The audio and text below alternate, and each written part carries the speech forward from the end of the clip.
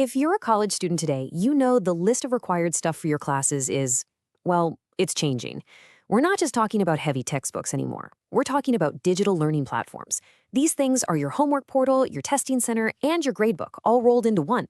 So today, let's dive into this world and look at one of the biggest players out there, WebAssign. Okay, picture this. It's the first day of class. You walk in, grab a seat, and you get that piece of paper that's going to run your life for the next few months, the syllabus. It's your map, your contract. Basically, it's the rule book for getting a good grade. So you scan down the page looking for the required materials section. You're expecting to see some textbook title, maybe an ISBN number. But for a lot of classes, this is where you find a little surprise. The thing you have to buy isn't a book. Here's a direct quote from a syllabus at the Borough of Manhattan Community College. It tells students to go to a special website and buy an ebook with WebAssign access code. So the thing you have to buy isn't a physical book you can hold. It's a key, a digital key to an online platform where pretty much all your homework is going to happen. And that brings us to the big question here. What exactly is this thing, this digital gatekeeper that students have to pay for before they can even do problem number one? Let's walk through it just like a student would. All right, so you've got your syllabus, you have your instructions. Your first assignment isn't to read chapter 1. Nope, it's just to get registered. And that right there is the first challenge in this whole digital gauntlet. The first bit of lingo you're going to see is the class key. It's just a string of letters and numbers your professor gives you. Think of it like the key to a real classroom door. If you don't have it, you literally can't get in. You're locked out.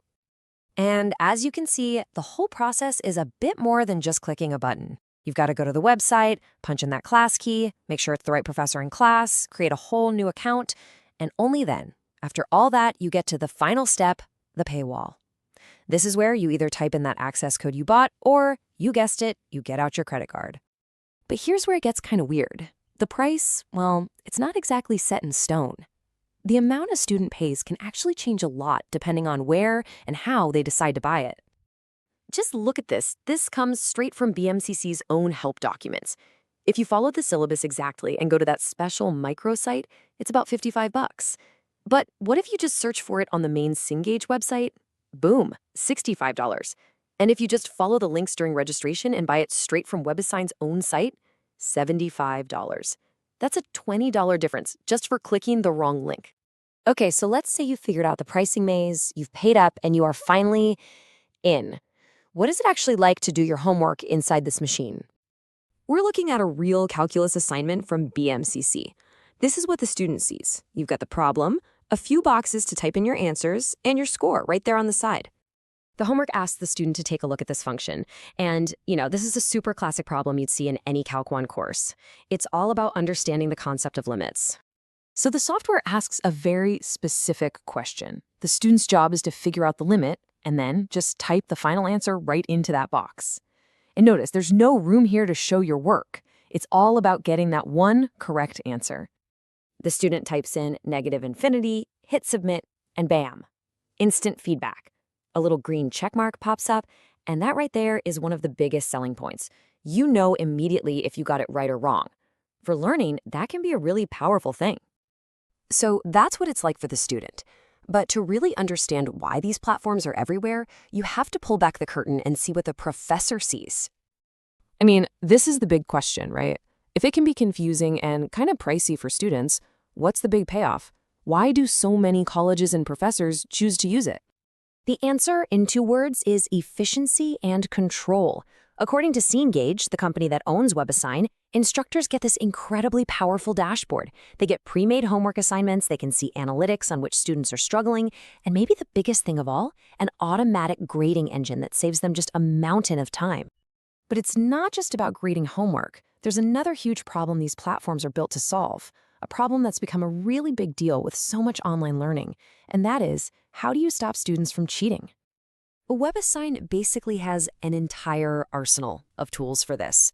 Professors can set timers on tests, they can randomize the numbers in problems so that no 2 students get the exact same question, and they can even use special software that locks down a student's entire computer during an exam. And if you want to know how big a deal these tools are, just listen to this professor from BMCC.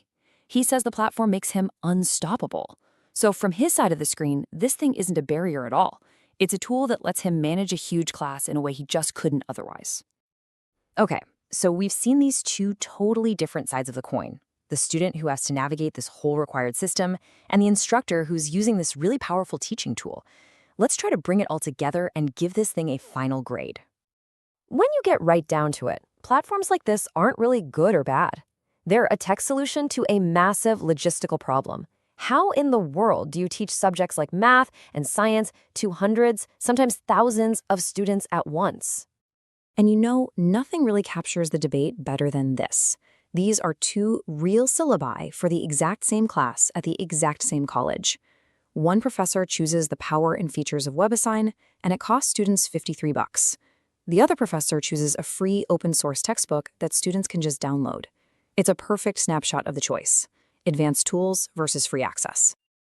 And all this leaves us with one last pretty big question to think about. As more and more of our education moves online, who's really in the driver's seat of the learning experience? Is it the individual professor crafting a unique course, or is it the powerful, super efficient, and standardized platform? The answer to that is probably going to define what college looks